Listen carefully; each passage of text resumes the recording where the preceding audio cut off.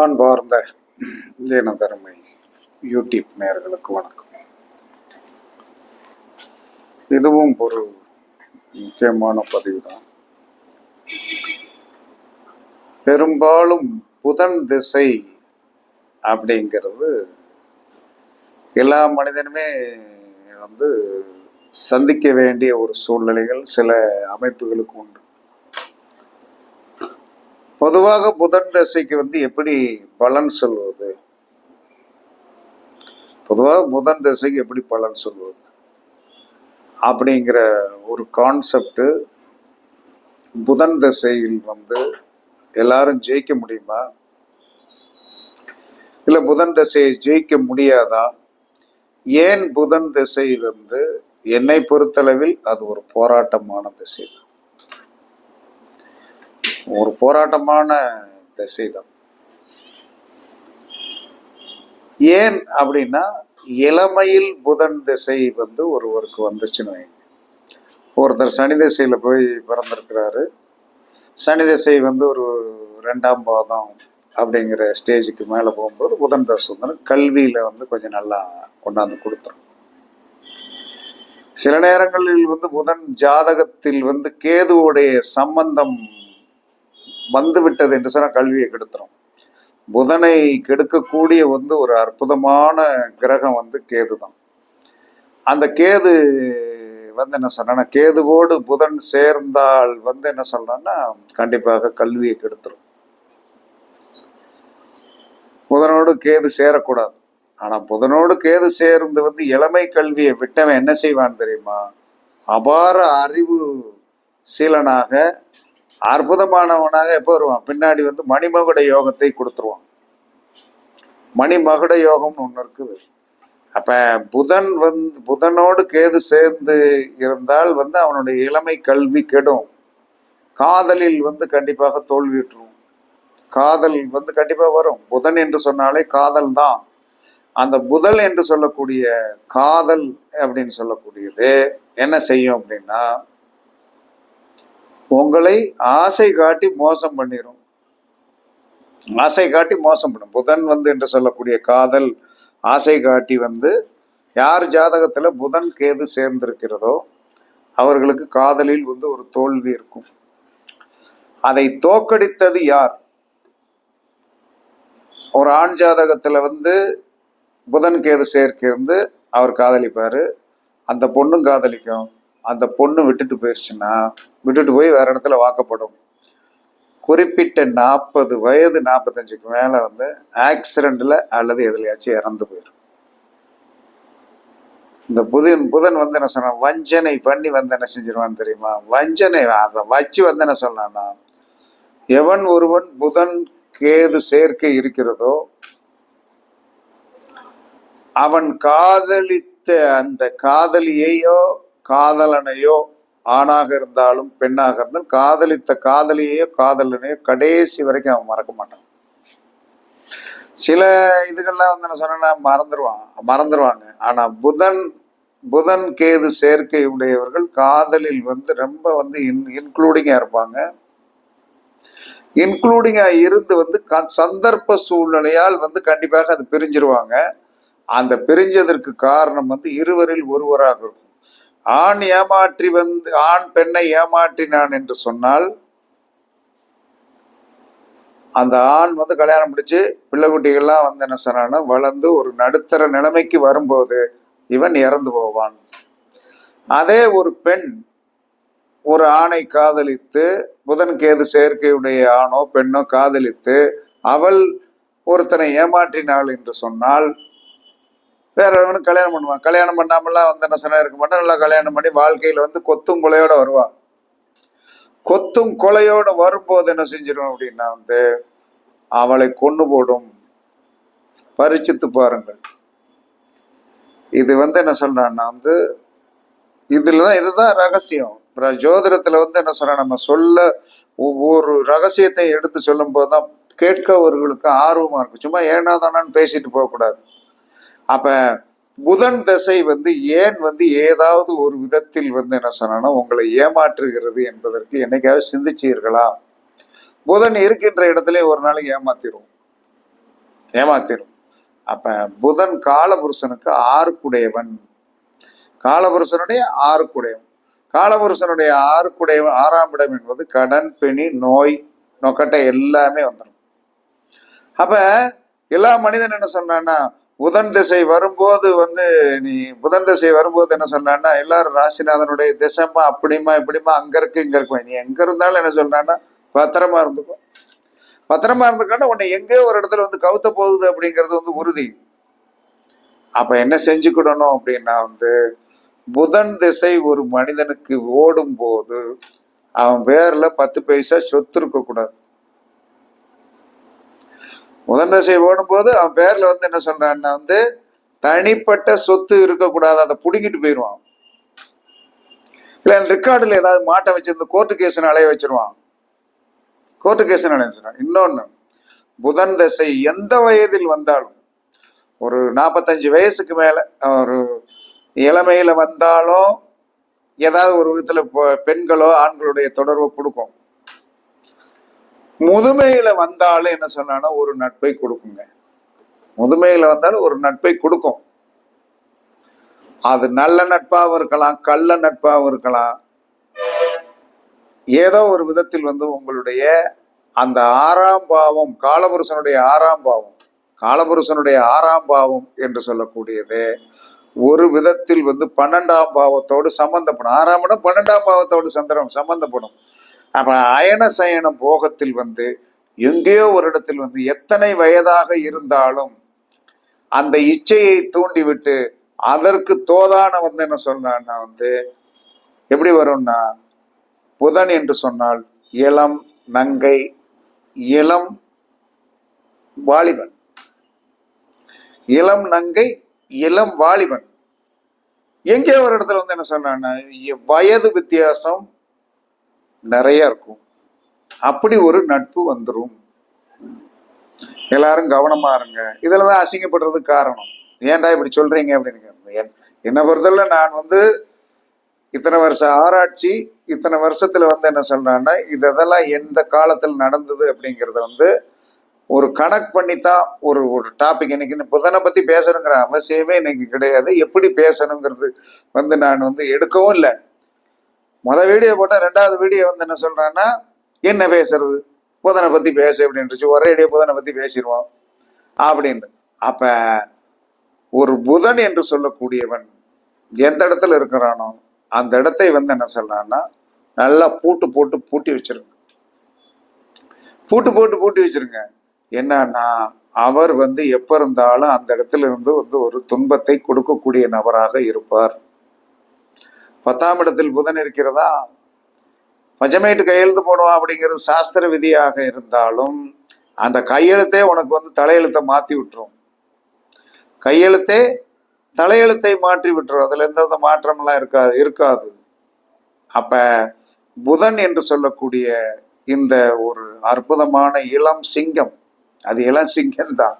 அது எத்தனை வயசுல வந்தாலும் சரிதான், உங்களை இளமை பொலிவோடு வைத்திருக்கும். இளமை பொலிவோடு வச்சிருக்கோம். உங்களுடைய எண்ணங்கள் தன்மைகள் என்ன சொன்ன, ஒரு வாலிபனுக்குண்டான ஒரு வாலிப பெண்ணுக்குண்டான மனோநிலைகளில் இருக்கும். கண்டிப்பா இருக்கும். அதுல எந்தவித மாற்றமே கிடையாது. அப்ப நீங்கள் எப்பயுமே இந்த மாதிரி புதன் தசை நடக்கும் போது கவனம் கவனம் கவனம் கவனம். ஒரு பையன் கோயம்புத்தூர், புதன் தசை நடக்குது, 1.5 கோடி கடனாக்கி விட்டுட்டான். கடனாக்கி விட்டுருவான். அது கடனாக்கி விட்டுருவான். ஆமா, பெரும்பாலானவர்கள் புதன் தசை நமக்கு அள்ளி கொடுப்போம், லாட்ரி லட்டு ஆமா கடை எங்க கொண்டு இழுத்து விடுவான். கரெக்டா என்ன சொல்ல, குறுகிய வழியில் சம்பாத்தியம் பண்ணுவதற்குண்டான சிந்தனையை தூண்டி விடக்கூடியவன் புதன். குறுகிய காலத்தில் சம்பாத்தியத்தை பண்ண வேண்டும் என்று சொல்லக்கூடிய சூழ்நிலையை உருவாக்கி விடுபவன் புதன். அப்ப அந்த புதன் திசை வரும்போது என்ன செய்யணும் அப்படின்னா, வருடம் ஒரு முறை ஒருவருக்கு 1 வருஷம் பீஸை கட்டிருக்கு. கல்விக்கு உண்டான பீஸை கட்டு, ஒரு பிரச்சனை இருக்காது. மறு வருஷம் ஏதோ ஒருத்தருக்கு நான் என்ன சொல்றேன்னா, உங்களால் முடிந்த ஒரு கல்வி செலவு, இந்த வருஷம் பீஸ் எவ்வளவு அந்த பிள்ளைக்கு உங்களுடைய தகுதிக்கு தக்கன கெட்டிடணும். கெட்டியாச்சா உங்களை அட்டாக் பண்ணுவதில் வந்து 90% நீங்க தப்பிக்கலாம். 90% நீங்க தப்பிக்கலாம். இல்லைன்னா தப்பிக்க விடாது. காதல், காமம், அவப்பேரு, ஆமா அவப்பேரு, இத்தனையும் கொண்டாந்து விட்டுரும். இத்தனையும் கொண்டாந்து விட்டுரும் புதன் திசை. அப்ப புதன் திசை வந்து ஓடும்போது எல்லா மனிதனுமே கவனமாகத்தான் இருக்க வேண்டும்.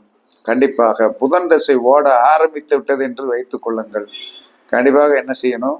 மாமிசம் சாப்பிடுவதை விட்டு விட வேண்டும். மாமிசம் சாப்பிடுறத கண்டிப்பாக விட்டுறணும்.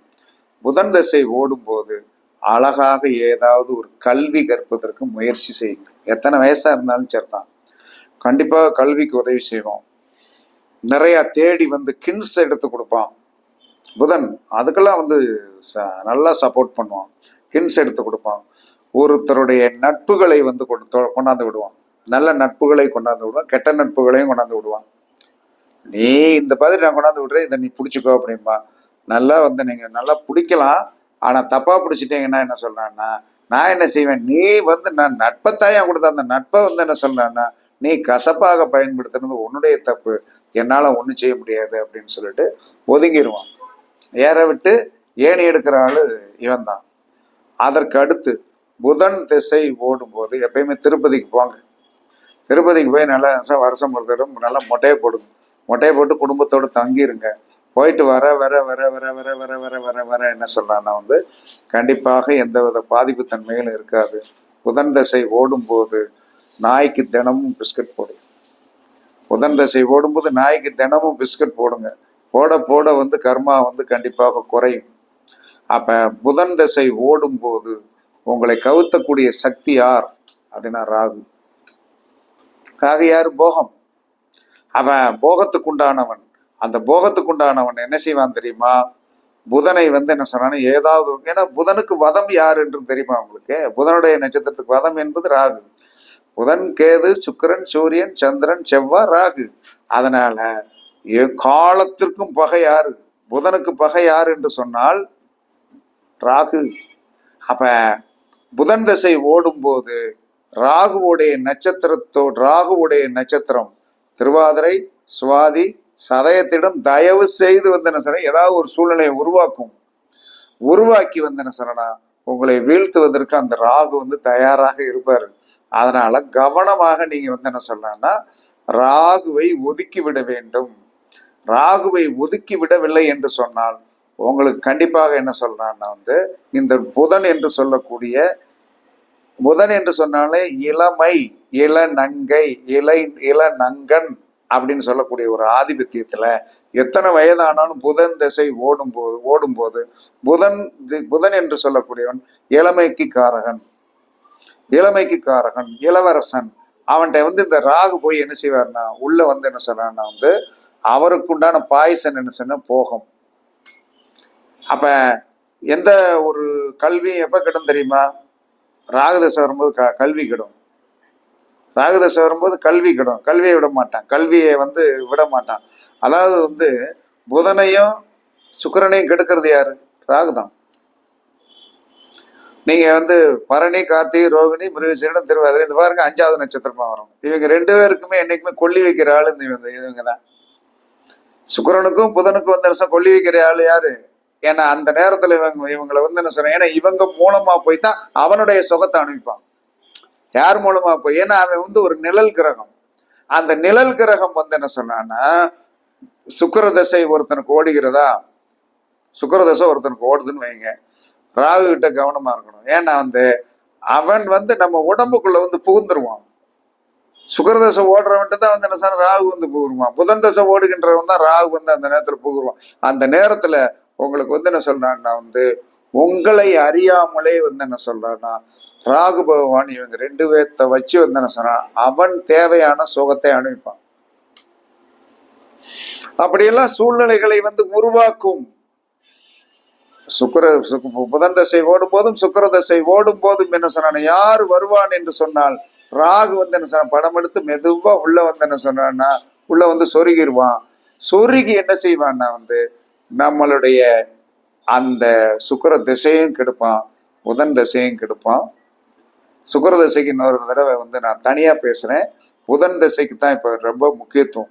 அப்ப புதன் திசையோ, புதன் திசை ஓடினாலும் சரிதான், புதன் புத்தி ஓடினாலும் சரிதான், புதனுடைய அந்தரம் ஓடினாலும் சரிதான், புதனுடைய சூட்சுமங்கள் ஓடினாலும் சரிதான்.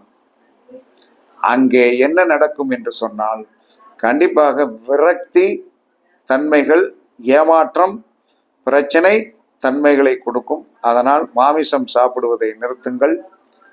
அதே சமயத்தில் பெருமாள் வழிபாடு பண்ணுங்கள், கிருஷ்ண பரமாத்மாவை கும்பிடுங்கள். வருடம் ஒரு முறை திருப்பதி போயிட்டு வாங்க. புதன் திசையில் வந்து கற்பனை கோட்டை கட்டி வந்து பெரிய யோகத்தை அடைந்து விடலாம் என்று நினைக்காதீர்கள். அரிதான பொக்கிசமான கல்வியை கற்பதற்கு முயற்சி பண்ணுங்கள். அவன் அதுக்கு தடையே கொடுக்க மாட்டான். ஏன்னா அவனுக்கு விருப்பமானது கல்வி. 50 வயசுல போய் கூட வந்துருச்சா நீங்க கல்வி கற்குங்கள். புதன் திசையில உங்களுக்கு கல்வி வந்துடும். கண்டிப்பாக வந்து ஞான மார்க்கத்திற்கு உண்டான கல்வி, ஜோதிடம், ஆன்மீகம், எக்ஸட்ரா மாதிரி எது வேணாலும் படிச்சிடலாம். ஆனால் ஏமாந்து விடாதீர்கள். புதன் திசை ஓடும் போது வந்து என்ன சொன்னா வந்து நண்பர்களை வீட்டுக்கு வரவழைச்சு விருந்து வைக்கவே கூடாது. வச்சீங்கன்னா வந்து என்ன சொன்னா உங்களுக்கு பிரச்சனை இருக்குன்னு அர்த்தம். புதன் திசை ஓடும் போது என்ன சொன்னா வந்து ஆன்லைன் பிசினஸ் பண்ணாதீங்க. நம்ம ஒருத்தருக்கு பணம் நம்பி கொடுக்காதீங்க. ஒருத்தருக்கு வந்து இது ஜாமீன் கையெழுத்து போடாதீங்க. பத்திரப்பதி புதன் திசையில ஓடும்போது ஒரு சொத்து முடிச்சீங்கன்னா அதுல ஒரு வில்லங்க இருக்கு அப்படிங்கிறத கண்டிப்பா தெரிஞ்சுக்கிடலாம். எந்த இடத்துல இருந்தாலும் புதனுடைய கேரக்டரா தான். அவர் காலபுருஷனுக்கு 6ஆம் இடத்திற்குரியவர், 12ஆம் இடம் என்று சொல்லக்கூடிய போகத்தை தூண்டிவிடக்கூடியவர், அதிகமான சம்பாத்தியத்தை பண்ணிவிடலாம் என்று சொல்லக்கூடிய கற்பனை கோட்டையை கொடுக்கக்கூடியவர். அதனால அவர் திசையில், புத்தியில், அந்தரத்தில் கவனமாக இருந்து வெற்றி பெறுவதற்கு இடுப்பில் ரசமணி கட்டிக் கொள்ளுங்கள். இடுப்புல ரசமணி கட்டுவது நல்லது. இடுப்புல ரசமணி கட்டிக்கிட்டீங்கன்னா கண்டிப்பாக புதன் வந்து என்ன சொல்லலாம்னா கண்ட்ரோலுக்கு வந்துடும். ஏன்னா அவருடைய மெர்க்குரியை வந்து இடுப்புல கட்டுறது என்னைக்கு இருந்தாலும் உள்ளுறுப்புகள் பாதிக்காது. உங்களை வந்து என்ன சொல்லலாம்னா வந்து ஒரு நரம்பு தளர்ச்சி வந்துடும். புதன் திசை ஓடும்போது நரம்பு தளர்ச்சி கண்டிப்பாக வரும்.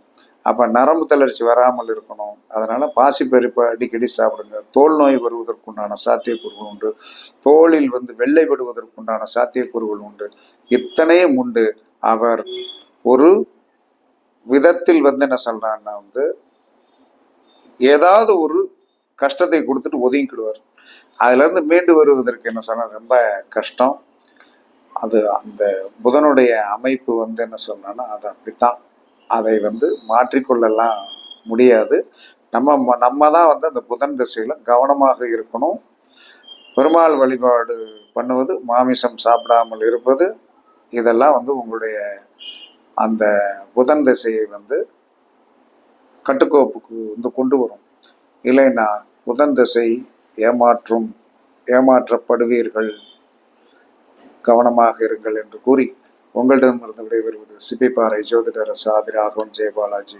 சுகமே சூழ்க, வாழ்க வளமுடன். வணக்கம்.